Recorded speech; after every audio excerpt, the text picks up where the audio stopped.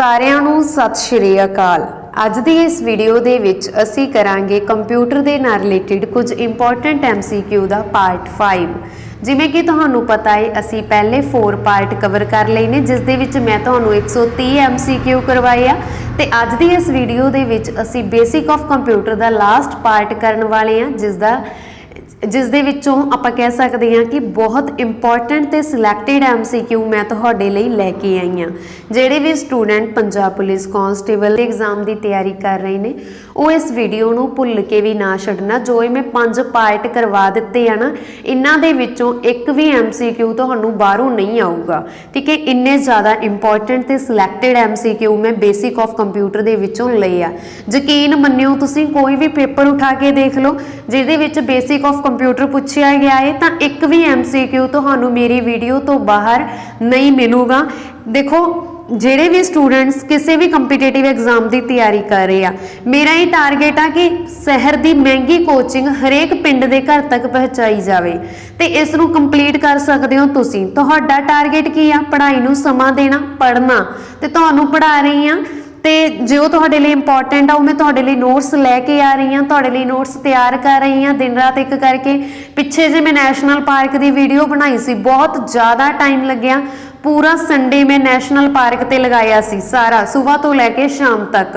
ਤੇ ਉਸ ਤੋਂ ਬਾਅਦ ਤੁਸੀਂ ਦੇਖ ਸਕਦੇ ਹੋ ਕਿ ਮਤਲਬ ਤੁਹਾਨੂੰ ਵੀ ਪਤਾ ਹੈ ਕਿ ਕੋਈ ਵੀ ਨੋਟਸ ਇਕੱਠੇ ਕਰਨਾ ਇੰਨਾ ਈਜ਼ੀ ਨਹੀਂ ਹੁੰਦਾ, ਪਰ ਮੇਰਾ ਫਿਰ ਵੀ ਜੋ ਟਾਰਗੇਟ ਆ ਮੈਂ ਉਸ ਨੂੰ ਪੂਰਾ ਕਰਨਾ ਚਾਹੁੰਦੀ ਹਾਂ ਤੇ ਇਸ ਨੂੰ ਪੂਰਾ ਕਰਨ ਦੇ ਵਿੱਚ ਤੁਸੀਂ ਮੇਰੀ ਹੈਲਪ ਕਰ ਸਕਦੇ ਹੋ। ਸੋ ਜੇਕਰ ਤੁਹਾਨੂੰ ਵੀਡੀਓਜ਼ ਚੰਗੀਆਂ ਲੱਗਦੀਆਂ ਨੇ, ਹੈਲਪਫੁਲ ਲੱਗਦੀਆਂ ਨੇ, ਯੂਜ਼ਫੁਲ ਲੱਗਦੀਆਂ ਨੇ ਤਾਂ ਜਿੰਨਾ ਹੋ ਸਕੇ ਵੀਡੀਓਜ਼ ਨੂੰ ਵੱਧ ਤੋਂ ਵੱਧ ਸ਼ੇਅਰ ਜ਼ਰੂਰ ਕਰਿਆ ਕਰੋ।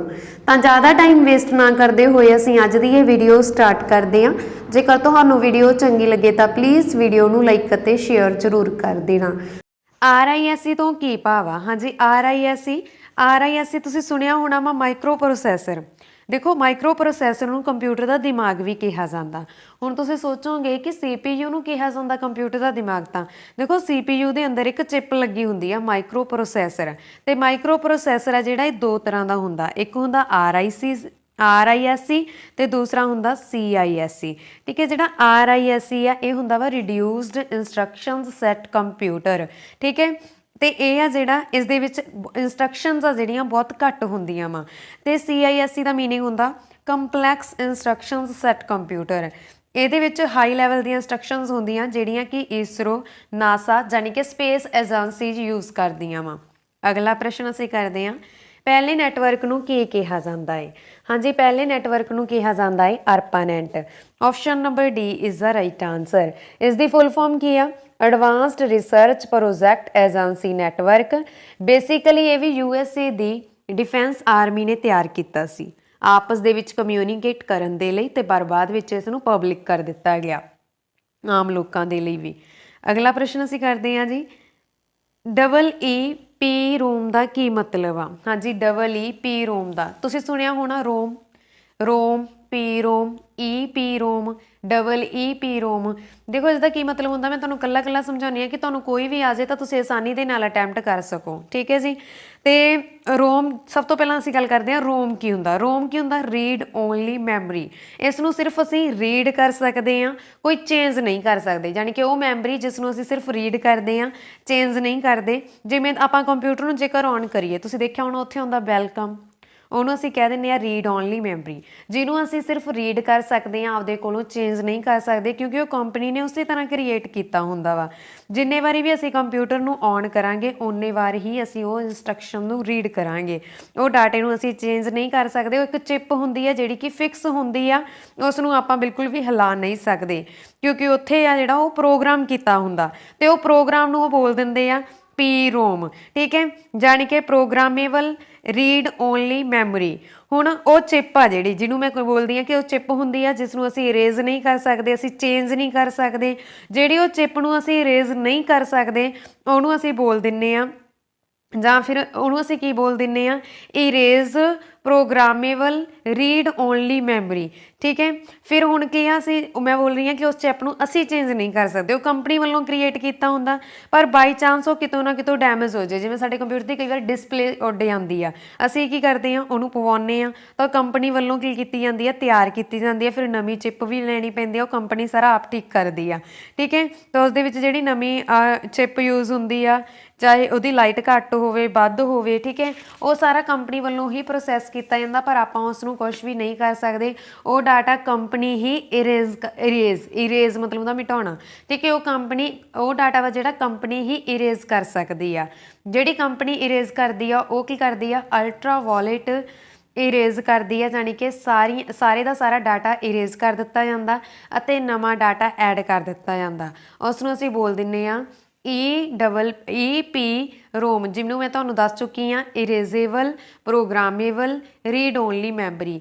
ये इन्नी कामयाब नहीं रही, उस तो बाद EPROM कढ़ दी गई, जिसका मतलब सीगा electrically erasable programmable read only memory. देख लो ये किहड़ी ऑप्शन आ, ऑप्शन का तो मैनू भी नहीं पता, आप मैच कर लें, मैं दोबारा तुहानूं फुल फॉर्म दस दी हाँ, electrically erasable programmable read only memory. Electrically लाना वा, तुसीं ध्यान रखना इस दे विच electrically erasable programmable read only memory, option B पई है साडे अगे। ठीक है जी, हाँ जी, अगला प्रश्न असीं करते हैं, मुख्य मैमरी अते CPU दे विचकार हाई स्पीड मैमरी नूं की कहंदे आ।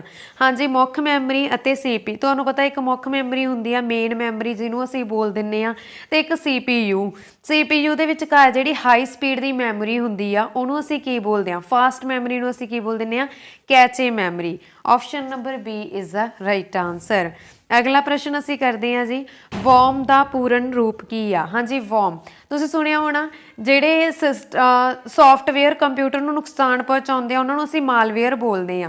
ठीक है, जिहड़े सॉफ्टवेयर कंप्यूटर नूं की करदे आ, हानि पहुँचाउंदे आ, नुकसान पहुँचाउंदे आ, उहनां नूं असीं मालवेयर कहने आ। इस दे विच वायरस भी हो सकदे आ, वॉर्म भी हो सकदे आ, ट्रोजन हॉर्स भी हो सकदे आ। ते हुण असीं गल कर रहे हां वॉर्म दी। वॉर्म की हुंदा वा, देखो तुसीं लिखिया एक बार हुंदा, कई बार मान लो असीं एक पेज क्रिएट किया हुंदा कंप्यूटर दे विच, उहदी ऐटोमैटिक ही अलग कापी हुंदी रहिंदी आ, मतलब की आ ਉਹਦੀਆਂ कई ਕਾਪੀਆਂ ਆਪਣੇ ਆਪ, कई फोल्डर अपने आप ही क्रिएट होने शुरू हो जाते हैं, जिन्होंने ਅਸੀਂ बोल ਦਿੰਦੇ ਹਾਂ ਜਾਂ हैंग हो गया। कई बार मोबाइल 'ਚ भी इदां ਹੁੰਦਾ ना, ਅਸੀਂ एक बार टच करते हैं तो आप ही ਅੱਗੇ ਦੇ ਅੱਗੇ ਚੱਲਦਾ ਰਹਿੰਦਾ, पर ਅਸੀਂ बैक ਹੁੰਦੇ ਹਾਂ ਤਾਂ ਵੀ बैक नहीं ਹੁੰਦਾ। ठीक है, ਉਹਨੂੰ ਅਸੀਂ ਕੀ बोल ਦਿੰਦੇ ਹਾਂ, तो वो जड़ियाँ कापियां आपदे आप क्रिएट होंदियां वा, हुंदा वा वॉर्म, जानी कि इसकी फुल फॉर्म हुंदी आ राइट वंस, मतलब असी तो एक बार ही लिखिया हुंदा, पर read many, write once read many, इसकी फुल फॉर्म बनती है राइट वंस रीड मैनी, मतलब असी लिखिया एक बार हुंदा वा, पर साडे अगे किन्ने ही फोल्डर आपदे आप क्रिएट होंदे रहिंदे आ, असीं उहनां नूं रीड भी कर सकते हैं, मतलब रीड बहुत बार कर सकते हैं, लिखिया एक बार हुंदा वा। ठीक है, तो इसकी फुल फॉर्म बन रही है option number D, right answer. जेकर वीडियो चंगी लग रही है तो प्लीज़ वीडियो नूं लाइक और शेयर जरूर कर देना। अगला प्रश्न, एक दस्तावेज़ विच एक खास स्थान ते जाण लई जो असीं वरतदे हां उसनूं की बोलिया जांदा। हाँ जी, एक दस्तावेज़ दे विच एक खास स्थान ते जाण लई असीं बुक मार्क की वरतों करते हैं। खास स्थान का मतलब मान लो मैं इत्थे लिखिया होया 1 2 3, जां फिर ये कह सकते हैं मेरे को इत्थे 10 लाइनां। ठीक है, 10 लाइनां वा, इत्थे 10 लाइनां वा, मैं इत्थों पहली लाइन तो रीड कर रही हाँ, पर मैनूं लग रहा कि मैं विच 8वीं लाइन दे विच जाके कोई गलती की है, जां मैं उहनूं रीड करना चाहुंदी हाँ, तो मैं इत्थों सीधा जंप करूँगी, मतलब इत्थों एक दस्तावेज़ तो मैं किसी खास स्थान ते किसी खास लाइन ते जाण लई मैं सीधा जंप करूँगी, उस दे लई असीं बुक मार्क की वरतों करते हैं, जिसका मतलब हुंदा जंप करना। ठीक है, उम्मीद करदी हां कि पता लग रहा होवेगा, समझ आ रही होगी। अगला प्रश्न है जी, GUI स्टैंड्स फॉर। हाँ जी, GUI का की अर्थ है इत्थे, GUI का मतलब होंदा ग्राफिकल यूज़र इंटरफेस। ठीक है, सुनिया होना तुसीं सब ने, ग्राफिकल यूज़र इंटरफेस GUI हुंदा। जिवें मैं मार्कर चला रही हाँ, ठीक है, मार्कर चला रही हाँ, पैन चला रही हाँ, जां कह सकते हैं, तो तुसीं देखिया होना चैनल ते लोगो भी लग्या होया वा। ठीक है, इसनूं असीं कह दिंदे हां ग्राफिकल, जिहड़ा मैं चला रही हाँ मार्कर वगैरह। ठीक है, जां कुछ भी चेंज कर रही हाँ। ठीक है, ਹੁਣ ਪਰ ਜਦੋਂ ਸਾਡੇ ਕੋਲ ਵਿੰਡੋ ਨਹੀਂ ਆਈ ਸੀ, ਆਪਣੇ ਕੋਲ ਸਿਰਫ MS DOS ਹੁੰਦਾ ਸੀ, ਜਾਣੀ ਕਿ ਮਾਈਕਰੋਸਾਫਟ ਡਿਸਕ ਆਪਰੇਟਿੰਗ ਸਿਸਟਮ ਹੁੰਦਾ ਸੀ। ਇਸ ਵਿੱਚ ਅਸੀਂ ਮਾਊਸ ਨਹੀਂ ਚਲਾ ਸਕਦੇ ਸੀ, ਨਾ ਲੋਗੋ ਲਗਾ ਸਕਦੇ ਸੀ, ਨਾ ਕੋਈ ਪਿਕਚਰ ਲਗਾ ਸਕਦੇ ਸੀ। ਸਾਰਾ ਕੰਮ ਕਮਾਂਡ ਤੇ ਹੀ ਚੱਲਦਾ ਸੀ। ਉਸ ਨੂੰ ਅਸੀਂ ਬੋਲ ਦਿੰਦੇ ਸੀ CUI, ਜਾਣੀ ਕਿ ਕਮਾਂਡ ਯੂਜ਼ਰ ਇੰਟਰਫੇਸ। ਇਹਨਾਂ ਗੱਲਾਂ ਦਾ ਧਿਆਨ ਰੱਖਣਾ, ਠੀਕ ਹੈ। ਹੁਣ ਜਿਹੜੇ ਮੈਂ ਮਾਰਕਰ ਵਗੈਰਾ ਚਲਾ ਰਹੀ ਹਾਂ, ਤਾਂ ਮਤਲਬ ਕਿ ਅਸੀਂ ਗ੍ਰਾਫਿਕਲੀ ਕੰਮ ਕਰ ਸਕਦੇ ਹਾਂ, ਤਾਂ ਇਹਨੂੰ ਅਸੀਂ ਬੋਲ ਦਿੰਦੇ ਹਾਂ ਗ੍ਰਾਫਿਕਲ ਯੂਜ਼ਰ ਇੰਸਟਰਕਸ਼ਨ ਤੇ ਲਗਾਤਾ ਮੈਂ, ਨਹੀਂ ਇੰਟਰਫੇਸ ਆ, graphical user interface option number D ਬਣ ਰਹੀ ਆ, ਠੀਕ ਹੈ ਜੀ। ਹਾਂਜੀ, ਅਗਲਾ ਪ੍ਰਸ਼ਨ। ਕਈ ਵਾਰ ਇੱਦਾਂ ਹੁੰਦਾ ਵਾ, ਕਿਉਂਕਿ ਦੇਖੋ ਮੈਂ ਵੀਡੀਓ ਬਣਾ ਰਹੀ ਹਾਂ, ਪਰ ਮੈਂ ਵੀਡੀਓ ਜਿਹੜੀ ਬਣਾ ਰਹੀ ਹਾਂ ਇਹਦੇ ਵਿੱਚ ਮੈਂ ਆਪਸ਼ਨਸ ਆ ਜਿਹੜੀਆਂ ਕੋਈ ਲਿਖੀਆਂ ਨਹੀਂ ਹੋਈਆਂ, ਕੁਛ ਕੀਤਾ ਨਹੀਂ ਹੋਇਆ, ਠੀਕ ਹੈ। ਇਸ ਕਰਕੇ ਮੈਨੂੰ ਆਪਸ਼ਨ ਦਾ ਨਹੀਂ ਪਤਾ ਲੱਗਦਾ ਕਿ ਆਪਸ਼ਨ ਮੈਂ ਕਈ ਵਾਰ ਇਸ ਤਰ੍ਹਾਂ ਬਹੁਤ ਵਾਰ ਹੋਇਆ ਮੇਰੇ ਨਾਲ ਕਿ ਸਟੂਡੈਂਟਸ ਵੀ ਕਮੈਂਟ ਕਰਦੇ ਨੇ, ਮੈਡਮ ਤੁਸੀਂ ਬੋਲ ਕੀ ਰਹੇ ਹੋ ਅਤੇ ਆਪਸ਼ਨ ਲਗਾ ਕੀ ਰਹੇ ਹੋ।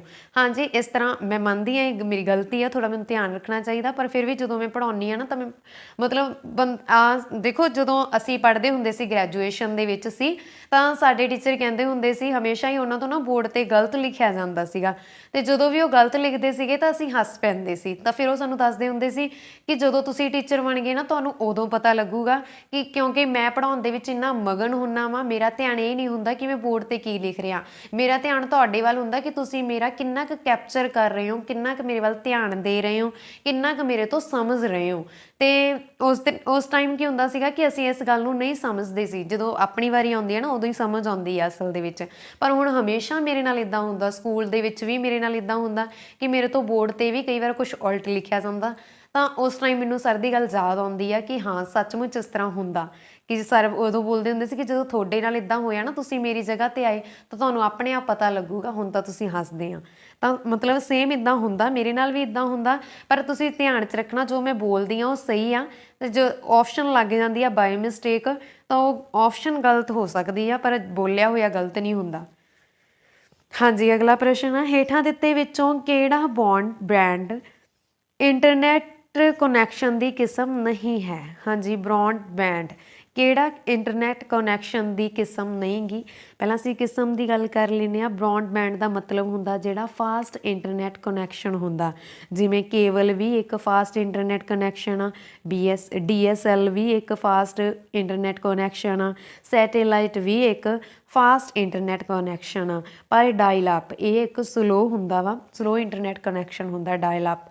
Option number C is the right answer. For example ਜਿਵੇਂ ਮੈਂ ਤੁਹਾਨੂੰ ਸਮਝਾਉਣਾ ਹੋਵੇ, ਹੁਣ ਆਪਾਂ ਗੱਲ ਕਰਦੇ ਹਾਂ ਕੇਬਲ ਦੀ। ਸਿੱਧੀਆਂ ਕੇਬਲਸ ਆ, ਸੈਟੇਲਾਈਟਸ ਆ, ਅਤੇ ਉਹਦੇ ਕਰਕੇ ਇੰਟਰਨੈਟ ਕਨੈਕਸ਼ਨ ਆ ਜਿਹੜਾ ਉਹ ਫਾਸਟ ਆ ਚੱਲ ਰਿਹਾ, ਠੀਕ ਹੈ। ਪਰ ਪਹਿਲਾਂ ਕੀ ਵਰਤੇ ਜਾਂਦੇ ਸੀ ਘਰਾਂ ਦੇ ਵਿੱਚ, ਤੁਸੀਂ ਦੇਖਿਆ ਟੈਲੀਫੋਨ ਜਿਹੜੇ ਵਰਤੇ ਜਾਂਦੇ ਸੀ, ਇੱਕ ਤਾਰ ਹੁੰਦੀ ਸੀ ਪਹਿਲਾਂ, ਉਹ ਡਾਇਲ ਅਪ ਦੇ ਨਾਲ ਜਿਹੜਾ ਕਨੈਕਸ਼ਨ ਹੁੰਦਾ ਸੀਗਾ ਕਿ ਅਸੀਂ ਕਿਸੇ ਨਾਲ ਵੀ ਇੰਟਰਨੈਟ ਦਾ ਮੀਨਿੰਗ ਕੀ ਹੁੰਦਾ ਵਾ, ਮੰਨ ਲਓ ਆਪਾਂ ਵੀਡੀਓ ਕਾਲ ਕੀਤੀ ਆ, ਮੰਨ ਕੇ ਚੱਲੋ, ਠੀਕ ਹੈ, ਆਪਾਂ ਇੱਕ ਬੰਦੇ ਨੂੰ ਵੀ ਕਰ ਸਕਦੇ ਹਾਂ, 2 ਨੂੰ ਵੀ ਕਰ ਸਕਦੇ ਹਾਂ, 3 ਨੂੰ ਵੀ ਕਰ ਸਕਦੇ, 4 ਨੂੰ ਵੀ ਕਰ ਸਕਦੇ, 5 ਨੂੰ ਵੀ, 6 ਨੂੰ ਵੀ, 7 ਨੂੰ ਵੀ, ਜਿੰਨੇ ਬੰਦੇ ਮਰਜ਼ੀ ਗਰੁੱਪ ਦੇ ਵਿੱਚ ਐਡ ਕਰਕੇ ਅਸੀਂ ਵੀਡੀਓ ਕਾਲ ਵਗੈਰਾ ਕਰ ਸਕਦੇ ਹਾਂ, ਇੰਟਰਨੈਟ ਕਰ ਸਕਦੇ ਹਾਂ, ਉਹਨਾਂ ਨਾਲ ਇੰਟਰਨੈਟ ਕਨੈਕਸ਼ਨ ਕਰਦੇ ਹਾਂ, ਠੀਕ ਹੈ। ਪੁਰਾਣਿਆਂ ਦੇ ਵਿੱਚ ਇੱਦਾਂ ਨਹੀਂ ਹੁੰਦਾ ਸੀ, ਅਸੀਂ ਡਾਇਲ ਅਪ ਕਰਕੇ ਸਿੱਧਾ ਕਨੈਕਸ਼ਨ ਕਰਦੇ ਸੀਗੇ, ਤਾਂ ਇਹ ਸਲੋ ਸੀਗਾ, ਠੀਕ ਹੈ। ਇਸ ਤਰ੍ਹਾਂ ਸਮਝਿਆ ਕਰੋ। ਅਗਲਾ ਪ੍ਰਸ਼ਨ ਕੀ ਹੈ ਜੀ, ਜੋ ਸਾਨੂੰ ਵੱਖ-ਵੱਖ ਵਿਅਕਤੀਆਂ ਨੂੰ ਇੱਕੋ ਚਿੱਠੀ ਭੇਜਣ ਦੇ ਯੋਗ ਬਣਾਉਂਦਾ ਹੈ। ਹਾਂਜੀ, ਜੋ ਸਾਨੂੰ ਵੱਖ-ਵੱਖ ਵਿਅਕਤੀਆਂ ਨੂੰ ਇੱਕੋ ਚਿੱਠੀ ਭੇਜਣ ਦੇ ਯੋਗ ਬਣਾਉਂਦਾ ਵਾ ਉਹ ਕੀ ਹੁੰਦਾ। ਦੇਖੋ ਮੰਨ ਕੇ ਚਲੋ ਕਿਸੇ ਦੀ ਮੈਰਿਜ ਆ, ਜਾਂ ਆਪਾਂ ਸਕੂਲ ਦੇ ਵਿੱਚ ਵੀ ਹੁਣ ਜਿਵੇਂ ਕੰਮ ਕਰਦੇ ਹਾਂ, ਠੀਕ ਹੈ, ਤਾਂ ਸਾਡੇ ਜਿਹੜੇ ਪ੍ਰਿੰਸੀਪਲ ਸਰ ਆ ਉਹਨਾਂ ਨੇ ਕੀ ਆ ਸਾਨੂੰ ਮੇਲ ਪਾਉਣੀ ਆ ਕੋਈ, ਮਤਲਬ ਉਹ ਸੇਮ ਮੇਲ ਸਾਰੇ ਇੰਪਲੋਈ ਨੂੰ ਪਾਉਣਾ ਚਾਹੁੰਦੇ ਆ, ਤਾਂ ਜਿੰਨੀ ਵੀ ਸੇਮ ਮੇਲ ਆ ਉਹ ਸਾਰੇ ਇੰਪਲੋਈ ਨੂੰ ਪਾਉਣਗੇ। ਜਾਂ ਆਪਾਂ ਕਹਿ ਸਕਦੇ ਹਾਂ ਕਿਸੇ ਨੂੰ ਮੈਰਿਜ ਇਨਵੀਟੇਸ਼ਨ ਦੇਣਾ ਵਾ, ਜਾਂ ਕੋਈ ਵੀ ਇਨਵੀਟੇਸ਼ਨ ਦੇਣਾ ਵਾ, ਅਸੀਂ ਇੱਕੋ ਮੈਸੇਜ ਸਭ ਨੂੰ ਕਰਨਾ ਚਾਹੁੰਦੇ ਹਾਂ। ਮੈਸੇਜ ਇੱਕ ਆ ਪਰ ਭੇਜਣਾ ਅਸੀਂ ਬਹੁਤ ਜਾਣਿਆਂ ਨੂੰ ਚਾਹੁੰਦੇ ਹਾਂ। ਜੋ ਸਾਨੂੰ ਵੱਖ-ਵੱਖ ਵਿਅਕਤੀਆਂ ਨੂੰ ਚਿੱਠੀ ਭੇਜਣ ਦੇ ਯੋਗ ਬਣਾਉਂਦਾ ਵਾ ਉਹ ਹੈਗਾ mail merge. Option number C is the right answer. ਅਗਲਾ ਪ੍ਰਸ਼ਨ, MS ਵਰਡ ਵਿੱਚ ਥੀਸੌਰਸ ਟੂਲ ਕੀ ਆ। ਜਾਂ ਆਪਾਂ ਗੱਲ ਕਰਦੇ ਹਾਂ ਡਿਟੇਲ ਦੇ ਵਿੱਚ, ਜਦੋਂ ਵੀ ਆਪਾਂ ਕੁਝ ਟਾਈਪ ਕਰਦੇ ਹਾਂ ਤਾਂ ਉਸ ਨੂੰ ਚੈੱਕ ਕਰਨ ਵਾਸਤੇ ਆਪਣੇ ਕੋਲ ਇੱਕ ਆਟੋਮੈਟਿਕ ਸਪੈਲਿੰਗ ਚੈੱਕਰ ਆਉਂਦਾ, ਮੋਬਾਈਲ ਦੇ ਵਿੱਚ ਵੀ ਆਉਂਦਾ ਵਾ, ਤੁਸੀਂ ਦੇਖਿਆ ਹੋਣਾ ਜਦੋਂ ਵੀ ਅਸੀਂ ਕੁਛ ਟਾਈਪ ਕਰਦੇ ਹਾਂ ਆਟੋਮੈਟਿਕ ਉਹ ਵੀ ਆਉਂਦਾ, ਡਿਕਸ਼ਨਰੀ ਵੀ ਆਉਂਦੀ ਹੈ, ਠੀਕ ਹੈ, ਕਿ ਉਹਦੇ ਵਿੱਚ ਆਪਣੇ ਆਪ ਸਪੈਲਿੰਗ ਕਰੈਕਟ ਆਉਣ ਲੱਗ ਜਾਂਦੇ ਆ, ਤੁਸੀਂ ਟੱਚ ਕਰਕੇ ਕਿਸੇ ਨੂੰ ਵੀ ਕਲਿੱਕ ਕਰ ਸਕਦੇ ਹੋ। ਤਾਂ ਇਸ ਤਰ੍ਹਾਂ ਜਦੋਂ ਆਪਾਂ ਕੁਛ ਵੀ ਟਾਈਪ ਕਰਦੇ ਹਾਂ ਕੰਪਿਊਟਰ ਦੇ ਵਿੱਚ ਤਾਂ ਆਪਣੇ ਕੋਲ ਇੱਕ ਆਟੋਮੈਟਿਕ ਸਪੈਲਿੰਗ ਚੈੱਕਰ ਆਉਂਦਾ ਵਾ, ਉਸਦੀ ਸ਼ਾਰਟਕਟ ਕੀ ਹੁੰਦੀ ਆ F7, ਕੀ ਹੁੰਦੀ ਆ F7 ਹੁੰਦੀ ਆ। ਜਿਵੇਂ ਇੱਕ ਸ਼ਬਦ ਦੇ ਬਹੁਤ ਜ਼ਿਆਦਾ ਮੀਨਿੰਗ ਹੁੰਦੇ ਆ, ਜਿਵੇਂ ਦੁਖੀ ਦੁੱਖ ਕਹਿ ਲਈਏ ਆਪਾਂ, ਦੁੱਖ ਦੀ ਗੱਲ ਕਰੀਏ, ਦੁੱਖ ਦਾ ਮੀਨਿੰਗ ਹੁੰਦਾ ਗਮੀ, ਠੀਕ ਹੈ। ਜਿਵੇਂ ਆਪਾਂ ਅਤੇ ਉਹਦੇ ਜੇ ਮਤਲਬ ਕਿ ਕਹਿ ਸਕਦੇ ਹਾਂ, ਜਦੋਂ ਆਪਾਂ ਮੈਂ ਗੱਲ ਕਰ ਰਹੀ ਹਾਂ ਦੁੱਖ ਦੀ, ਜਿਵੇਂ ਆਪਾਂ ਕਹਿ ਲਈਏ ਦੁੱਖ, ਠੀਕ ਹੈ, ਦੁੱਖ ਦਾ ਕੀ ਮੀਨਿੰਗ ਹੁੰਦਾ ਗਮੀ, ਪਰ ਇਸਦਾ ਓਪੋਜ਼ਿਟ ਮੀਨਿੰਗ ਵੀ ਹੁੰਦਾ ਵਿਰੋਧੀ ਸ਼ਬਦ, ਜਿਵੇਂ ਸੁਖੀ ਹੋਣਾ, ਠੀਕ ਹੈ। ਇਸੇ ਤਰ੍ਹਾਂ ਆਪਾਂ ਗੱਲ ਕਰੀਏ ਜੇਕਰ ਸਵੇਰੇ, ਸਵੇਰ ਦੀ ਗੱਲ ਕਰੀਏ, ਸਵੇਰ ਨੂੰ ਅਸੀਂ ਸਵੇਰ ਵੀ ਬੋਲਦੇ ਹਾਂ, ਸੁਬਾਹ ਵੀ ਬੋਲਦੇ ਹਾਂ, ਸਵਖਤੇ ਵੀ ਬੋਲਦੇ ਹਾਂ, ਫਿਰ ਇਹਦਾ ਓਪੋਜ਼ਿਟ ਵੀ ਹੁੰਦਾ ਸ਼ਾਮ ਵੀ ਹੁੰਦਾ ਵਾ, ਠੀਕ ਹੈ। ਇਸ ਤਰ੍ਹਾਂ ਹਰੇਕ ਸ਼ਬਦ ਦੇ ਸਮਾਨਾਰਥਕ ਵੀ ਹੁੰਦੇ ਆ ਅਤੇ ਵਿਰੋਧੀ ਸ਼ਬਦ ਵੀ ਹੁੰਦੇ ਆ, ਜਿਹੜੇ ਅਸੀਂ MS ਵਰਡ ਦੇ ਵਿੱਚ ਯੂਜ਼ ਹੁੰਦੇ ਆ। ਆਪਸ਼ਨ ਨੰਬਰ B ਇਸ ਦਾ ਰਾਈਟ ਆਂਸਰ ਆ, ਸਿਨੋਨੀਅਮਸ ਐਂਡ ਐਂਟੋਨੀਅਮਸ ਵਰਡ। ਅਗਲਾ ਪ੍ਰਸ਼ਨ, PDA ਸਟੈਂਡਸ ਫॉर, ਹਾਂਜੀ PDA ਦਾ ਇੱਥੇ ਕੀ ਮਤਲਬ ਆ, ਠੀਕ ਹੈ। PDA ਦਾ ਇੱਥੇ ਕੀ ਮਤਲਬ ਆ, personal digital assistance. Option number personal digital assistants, option number C ਇਸ ਦਾ ਰਾਈਟ ਆਂਸਰ ਹੈ, ਠੀਕ ਹੈ ਜੀ। PDA ਦੀ ਫੁੱਲ ਫਾਰਮ ਦਾ ਮਤਲਬ ਕੀ ਆ, ਦੇਖੋ ਆਪਣੇ ਕੋਲੇ ਮੈਂ ਤੁਹਾਨੂੰ ਐਗਜ਼ਾਮਪਲ ਲੈ ਕੇ ਸਮਝਾਉਂਦੀ ਹਾਂ। ਪੁਰਾਣੇ ਸਮਿਆਂ ਦੇ ਵਿੱਚ ਕਿਸੇ ਨੂੰ ਮੋਬਾਈਲ ਨਹੀਂ ਚਲਾਉਣਾ ਆਉਂਦਾ ਸੀ ਜ਼ਿਆਦਾ, ਮਤਲਬ ਬਟਨਾਂ ਵਾਲੇ ਫੋਨ ਹੁੰਦੇ ਸੀ, ਉਹ ਕਿਸੇ ਨੂੰ ਇੰਨਾ ਚਲਾਉਣਾ ਹੀ ਨਹੀਂ ਆਉਂਦਾ ਸੀ। ਸਾਡੇ ਬਜ਼ੁਰਗ ਕੀ ਕਰਦੇ ਸੀ ਕਿ ਇੱਕ ਕਾਪੀ ਦੇ ਉੱਪਰ ਨੋਟ ਕਰ ਲੈਂਦੇ ਸੀ ਨੰਬਰ, ਅਤੇ ਉਹਨੂੰ ਆਪਣੀ ਜੇਬ ਦੇ ਵਿੱਚ ਹਮੇਸ਼ਾ ਹੀ ਰੱਖਦੇ ਸੀ, ਕਾਪੀ ਵੀ ਅਤੇ ਮੋਬਾਈਲ ਵੀ। ਜਦੋਂ ਵੀ ਉਹਨਾਂ ਨੇ ਕਿਸੇ ਨੂੰ ਮੋਬਾਈਲ ਵਗੈਰਾ ਫੋਨ ਲਾਉਣਾ ਹੁੰਦਾ ਸੀਗਾ ਤਾਂ ਉਹ ਡਾਇਲ ਅਪ ਕਰਦੇ ਸੀ। ਪਰ ਹੁਣ ਅਸੀਂ ਕੀ ਕਰਦੇ ਹਾਂ, ਆਪਣੇ ਮੋਬਾਈਲ ਦੇ ਵਿੱਚ ਹਰ ਇੱਕ ਨੰਬਰ ਸੇਵ ਕਰਦੇ ਹਾਂ, ਜਾਂ ਫਿਰ ਤੁਸੀਂ ਦੇਖਿਆ ਹੋਣਾ ਮਾਈ ਫਾਈਲ ਵੀ ਆਉਂਦਾ ਵਾ, ਅਤੇ ਇੱਕ ਡਾਇਰੀ ਵੀ ਆਉਂਦੀ ਆ ਮੋਬਾਈਲ ਦੇ ਵਿੱਚ। ਆਪਾਂ ਮਤਲਬ ਕਿ ਕੋਈ ਵੀ ਐਪ ਡਾਊਨਲੋਡ ਕਰਕੇ ਉਹਦੇ ਵਿੱਚ ਵੀ ਆਪਾਂ ਨੋਟ ਕਰਕੇ ਰੱਖ ਲੈਂਦੇ ਹਾਂ, ਮਤਲਬ ਆਪਾਂ ਮੋਬਾਈਲ ਨੰਬਰ ਵੀ ਸਾਰੇ ਨੋਟ ਕਰਦੇ ਹਾਂ। ਮਤਲਬ ਇਹ ਇੱਕ ਕੀ ਆ, ਸਾਡੇ ਡਿਜੀਟਲ ਅਸਿਸਟੈਂਟ ਬਣ ਜਾਂਦਾ ਵਾ, ਡਿਜੀਟਲ ਅਸਿਸਟੈਂਟ। ਫਿਰ ਮੋਬਾਈਲ ਦੇ ਵਿੱਚ ਤੁਹਾਨੂੰ ਕੈਲੰਡਰ ਦੇ ਵਿੱਚ ਵੀ ਤੁਸੀਂ ਅਲਾਰਮ ਵਗੈਰਾ ਲਾ ਕੇ ਰੱਖਦੇ ਹੋ, ਕਿਸੇ ਦਾ ਬਰਥਡੇ ਆ, ਕਿਸੇ ਦਾ ਕੋਈ ਸਪੈਸ਼ਲ ਡੇ ਆ ਜਿਸ 'ਤੇ ਤੁਸੀਂ ਵਿਸ਼ ਕਰਨਾ ਵਾ, ਠੀਕ ਹੈ, ਅਲਾਰਮ ਲਗਾ ਕੇ ਰੱਖਦੇ ਹੋ ਕਿੰਨੇ ਵਜੇ ਵੱਜੇਗਾ ਤਾਂ ਸਾਨੂੰ ਯਾਦ ਆਵੇਗਾ, ਲਿਖ ਕੇ ਨੋਟ ਕਰਕੇ। ਉਹ ਕੀ ਆ, ਸਾਡਾ ਇੱਕ ਡਿਜੀਟਲ ਅਸਿਸਟੈਂਟ ਆ, ਜਿਹੜਾ ਸਾਨੂੰ ਹਰੇਕ ਟਾਈਮ ਅਲਰਟ ਵੀ ਕਰਦਾ ਵਾ, ਅਤੇ ਜਿਹਦੇ ਵਿੱਚ ਅਸੀਂ ਡਾਟਾ ਵੀ ਰੱਖਦੇ ਹਾਂ। ਇਹਦਾ ਮੀਨਿੰਗ ਇਹ ਆ, ਪਰਸਨਲ ਡਿਜੀਟਲ ਅਸਿਸਟੈਂਟ। ਅਗਲਾ ਪ੍ਰਸ਼ਨ, Param is an example of, Param computer ਕਿਸ ਦੀ ਉਦਾਹਰਣ। ਤੁਸੀਂ ਸੁਣਿਆ ਹੋਣਾ ਪਰਮ ਸਾਡਾ ਇੰਡੀਆ ਦਾ ਜਿਹੜਾ ਪਹਿਲਾ ਸੁਪਰ ਕੰਪਿਊਟਰ ਸੀਗਾ, ਪਰਮ ਤੋਂ ਸਟਾਰਟ ਹੁੰਦੇ ਆ ਸਾਡੇ ਇੰਡੀਆ ਦੇ ਸੁਪਰ ਕੰਪਿਊਟਰ। ਇੰਡੀਆ ਦੇ ਸੁਪਰ ਕੰਪਿਊਟਰ ਜੇ ਪਰਮ ਤੋਂ ਸਟਾਰਟ ਹੁੰਦੇ ਆ ਤਾਂ ਪਰਮ ਕੀ ਹੈ, ਇੱਕ ਸੁਪਰ ਕੰਪਿਊਟਰ ਆ। Option number A is the right answer, Param ਦਾ ਮਤਲਬ ਆ ਸੁਪਰ ਕੰਪਿਊਟਰ। ਅਗਲਾ ਪ੍ਰਸ਼ਨ, ਆਊਟਲੁੱਕ ਐਕਸਪ੍ਰੈਸ ਕੀ ਹੈ। ਹਾਂਜੀ, ਆਊਟਲੁੱਕ ਐਕਸਪ੍ਰੈਸ ਕੀ ਆ, email client, email client. Option number B is the right answer, email client, ਜੋ ਕਿ ਮਾਈਕਰੋਸੋਫਟ ਕੰਪਨੀ ਵੱਲੋਂ ਈਮੇਲ ਸੈੱਟ ਕਰਨ ਦੇ ਲਈ ਹੁੰਦਾ ਵਾ ਜਾਂ ਬਣਾਇਆ ਜਾਂਦਾ ਵਾ, ਠੀਕ ਹੈ। ਕੰਪਿਊਟਰ ਦੇ ਵਿੱਚ MS ਆਫਿਸ ਹੁੰਦਾ, ਅਤੇ ਅੱਗੇ ਇਸ ਦੇ ਵਿੱਚ MS ਵਰਡ ਹੁੰਦਾ, ਐਕਸਲ ਹੁੰਦਾ, ਪਾਵਰ ਪੁਆਇੰਟ ਹੁੰਦਾ, ਉਸੇ ਤਰ੍ਹਾਂ ਆਊਟਲੁੱਕ ਵੀ ਹੁੰਦਾ ਵਾ, ਠੀਕ ਹੈ। ਅਤੇ ਇਹ ਕੀ ਹੈ, ਇੱਕ ਮਾਈਕਰੋਸੋਫਟ ਕੰਪਨੀ ਵੱਲੋਂ ਈਮੇਲ ਸੈੱਟ ਕਰਨ ਦੇ ਲਈ ਬਣਾਇਆ ਜਾਂਦਾ। ਅਗਲਾ ਪ੍ਰਸ਼ਨ, ਪ੍ਰਿੰਟ ਦੀ ਗਤੀ ਨੂੰ ਮਾਪਣ ਲਈ ਕਿਹੜੀ ਇਕਾਈ ਵਰਤੀ ਜਾਂਦੀ ਹੈ।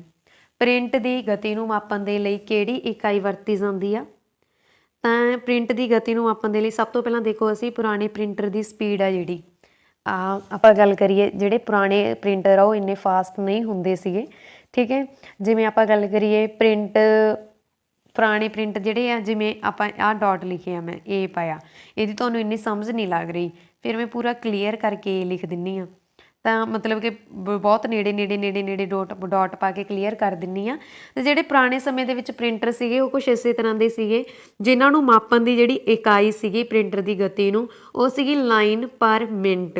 ਪਰ ਅੱਜ ਕੱਲ੍ਹ ਦੇ ਪ੍ਰਿੰਟਰ ਫਾਸਟ ਆ ਅਤੇ ਇਹਨਾਂ ਨੂੰ ਮਾਪਣ ਦੀ ਇਕਾਈ ਆ ਪੇਜ ਪਰ ਮਿੰਟ, ਕੀ ਆ, ਪੇਜ ਪਰ ਮਿੰਟ।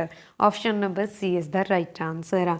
ਇਸ ਤੋਂ ਇਲਾਵਾ ਇੱਕ ਕੁਐਸਚਨ ਐਗਜ਼ਾਮ ਦੇ ਵਿੱਚ ਪੁੱਛ ਲਿਆ ਜਾਂਦਾ, ਜਿਵੇਂ ਪ੍ਰਿੰਟਰ ਦੀ ਗਤੀ ਨੂੰ ਮਾਪਣ ਲਈ ਪੁੱਛਿਆ ਗਿਆ, ਪ੍ਰਿੰਟਰ ਦੀ ਕੁਆਲਿਟੀ ਨੂੰ ਮਾਪਣ ਦੇ ਲਈ ਵੀ ਪੁੱਛ ਸਕਦੇ ਆ ਕਿ ਪ੍ਰਿੰਟਰ ਦੀ ਕੁਆਲਿਟੀ ਮਾਪਣ ਦੇ ਲਈ ਕਿਹੜੀ ਇਕਾਈ ਵਰਤੀ ਜਾਂਦੀ ਆ। ਤਾਂ ਜਿਵੇਂ ਮੈਂ ਤੁਹਾਨੂੰ ਡਾਟ ਤੋਂ ਦੱਸਿਆ, ਤਾਂ ਡਾਟ ਦੇ ਨਾਲ ਹੀ ਕਨੈਕਸ਼ਨ ਆ, ਡਾਟ ਪਰ ਇੰਚ ਇਕਾਈ ਵਰਤੀ ਜਾਂਦੀ ਆ।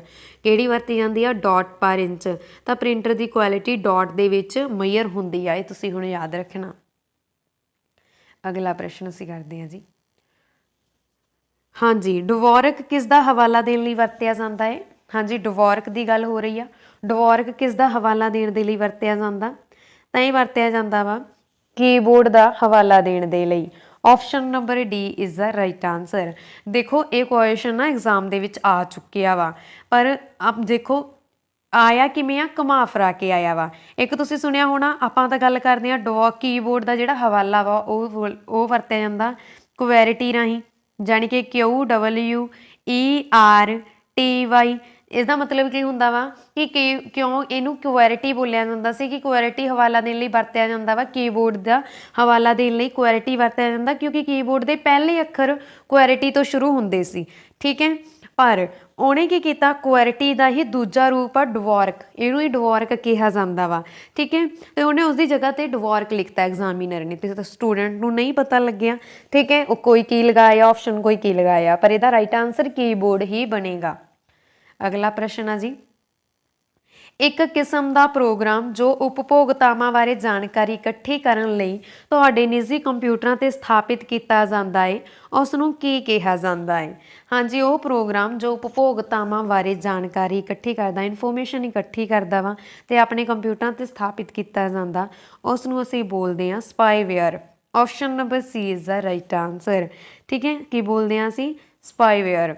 स्पाईवेयर का मीनिंग की हुंदा वा कि डाटा नूं चोरी करदा वा, जां सीधी लैंगुएज दे विच यही बोल सकते हैं असीं, ये डाटा नूं की करदा वा, चोरी करदा वा। देखियो तुसीं देखिया होना, मैं एक एडवेयर लिखिया इत्थे। ਆਪਾਂ बहुत सारे ऐप लाने मोबाइल ਦੇ ਵਿੱਚ, ऐप ਲਾਉਣ ਤੋਂ ਬਾਅਦ ਕਾफ़ੀ ऐप इदां ਦੇ ਆ ਜਿਨ੍ਹਾਂ ਦੇ ਵਿੱਚ ਬਹੁਤ ਜ਼ਿਆਦਾ ਐਡ ਆਉਂਦੀ ਆ, ਤੇ ਜਿਹੜੀ ਐਡ ਆਉਂਦੀ ਆ ਐਡ ਕਰਨ ਦੇ ਲਈ ਹੀ ਵਰਤਿਆ ਜਾਂਦਾ ਵਾ ਐਡਵੇਅਰ, ठीक है। ऐड करन दे लई वरतिया जांदा। जिहड़ा स्पाईवेयर आ ये पर्सनल डाटा चोरी करन दे लई वरतिया जांदा। अगला प्रश्न, वैब पेजां दा एक संग्रह आ अते डैश असीं वैबसाइट खोलन दे देखदे आ, वो पहला पन्ना है जो। हाँ जी, तुसीं देखो इत्थे गल हो गई पहले पन्ने दी। किसी भी मतलब तुसीं अजकल कार देखते हैं, कार दे विच भी एक ऑप्शन आउंदी है जिहड़ी जिस दे विच टैब वर्गा लग्या हुंदा, मोबाइल टाइप स्क्रीन दी हुंदी है कार। हुण अजकल उही आउंदी है कारां दे विच जिहड़ी स्क्रीन आउंदी आ, ते इलैक्ट्रिकल स्कूटर आउंदे आ, जिवें ओला दा स्कूटर आया वा, उस दे विच की है कि स्क्रीन लगी हुई आ, जिहड़ी स्क्रीन लगी आ उहदे ते भी होम पेज आउंदा वा, ਜਿਹੜਾ ਪਹਿਲਾ पेज आउंदा ਉਹਦੇ ਤੇ ਵੀ होम पेज आउंदा, ਸਾਡੇ मोबाइल ਦੇ ਵਿੱਚ ਵੀ होम पेज ਹੁੰਦਾ ਵਾ। ਜਾਂ ਆਪਾਂ ਗੱਲ ਕਰੀਏ ਕਿਤਾਬ ਦੀ, ਇੱਕ ਕਿਤਾਬ ਦਾ ਜੋ ਬਾਹਰਲਾ पेज ਆ ਉਹਨੂੰ ਅਸੀਂ ਬੋਲ ਦਿੰਦੇ ਆ ਹੋਮ पेज, ਬਾਕੀ ਸਾਰੇ पेज ਉਹਦੇ ਅੰਦਰ ਆਉਂਦੇ ਆ, ਠੀਕ ਹੈ। ਵੈਬਸਾਈਟ ਤੇ home page, option number B is the right answer ਆ ਕਿ ਪੇਜਾਂ ਵੈਬ ਪੇਜਾਂ ਦਾ ਇੱਕ ਸੰਗ੍ਰਹਿ ਆ ਅਤੇ ਵੈਬਸਾਈਟ ਅਸੀਂ ਵੈਬਸਾਈਟ ਖੋਲ੍ਹਣ ਤੇ ਦੇਖਦੇ ਆ, ਤਾਂ ਉਹ ਕੀ ਦੇਖਦੇ ਆ, ਹੋਮ पेज ਦੇਖਦੇ ਆ। Option B is the right answer ਆ। अगला प्रश्न है जी, पैरीफिरल उपकरण की एक उदाहरण दिओ। हाँ जी, पैरीफिरल उपकरण की उदाहरण दिओ। देखो जेकर असीं गल करिए CPU, ये तो एक सिस्टम आ, माइक्रो प्रोसैसर भी एक सिस्टम आ जिहड़ी CPU के अंदर एक चिप लगी हुंदी है, उहदा ही पार्ट आ। ALU भी एक चिप आ। जेकर असीं गल करिए प्रिंटर की, प्रिंटर, कीबोर्ड, माउस, स्कैनर, ये सारियां पैरीफिरल दीयां उदाहरणां ने, पैरीफिरल उपकरण दीयां उदाहरणां। ऑप्शन नंबर बी इसका राइट आंसर आ। अगला प्रश्न है जी, हेठ लिखियां विचों किहड़ा सब तो तेज़ डिजिटल डाटा ट्रांसमिशन स्पीड नूं दर्शाउंदा। हाँ जी, सब तो तेज़ डिजिटल डाटा ट्रांसमिशन स्पीड नूं दर्शाउंदा वा। देखो सब तो तेज़ इन्ना ऑप्शन दे विचों पुछया गया वा, वैसे तो तुहानूं बहुत करवाए होए आ कि रेंजिंग डिसेंडिंग ऑर्डर दे विच मैं डिटेल दे विच दस्से सी, पर जिहड़ा इन्ना ऑप्शनां दे विचों पुछया वा उहने, तां इन्ना ऑप्शनां दे विचों सब तो तेज़ डिजिटल डाटा ट्रांसमिशन स्पीड नूं दर्शाउंदा वा GBPS, यानी कि gigabytes per second. Option number B is the right answer. सब तो छोटा किहड़ा वा, BPS, ठीक है। अगला प्रश्न, कंप्यूटर विच बनी स्थाई मैमरी नूं की कहंदे आ। जिवें कि मैं तुहानूं दस्सिया सीगा रीड ओनली मैमरी, जिन्हों असीं रीड कर सकते हैं, उसदे विच असीं कुछ भी चेंज नहीं कर सकते, उहनूं असीं बोलदे आ स्थाई मैमरी, ठीक है। क्योंकि असीं आपदे कोलों उहनूं चेंज नहीं कर सकते, आपदे कोलों असीं बना नहीं सकते, उहनूं असीं बोल दिंदे आ स्थाई मैमरी। तो तुहाडे कंप्यूटर दे विच बनी स्थाई मैमरी नूं असीं बोलदे आ RAM, read only memory, ROM sorry. Option number D is the right answer, ठीक है जी। हाँ जी, इस दे नाल ही साडी अज दी ये वीडियो खत्म होंदी है। कल असीं इस वीडियो का नैक्सट पार्ट करांगे। ਤੇ ਅੱਜ ਦੀ ਇਹ ਵੀਡੀਓ ਤੁਹਾਨੂੰ ਕਿਸ ਤਰ੍ਹਾਂ ਦੀ ਲੱਗੀ ਕਿਰਪਾ ਕਰਕੇ ਕਮੈਂਟ ਬਾਕਸ ਦੇ ਵਿੱਚ ਜ਼ਰੂਰ ਦੱਸ ਦੇਣਾ। ਜੇਕਰ ਵੀਡੀਓ ਚੰਗੀ ਲੱਗੀ ਹੋਵੇ ਤਾਂ ਪਲੀਜ਼ ਵੀਡੀਓ ਨੂੰ ਲਾਈਕ ਅਤੇ ਸ਼ੇਅਰ ਜ਼ਰੂਰ ਕਰ ਦੇਣਾ। ਧੰਨਵਾਦ ਜੀ, ਥੈਂਕਸ ਫॉर ਵਾਚਿੰਗ।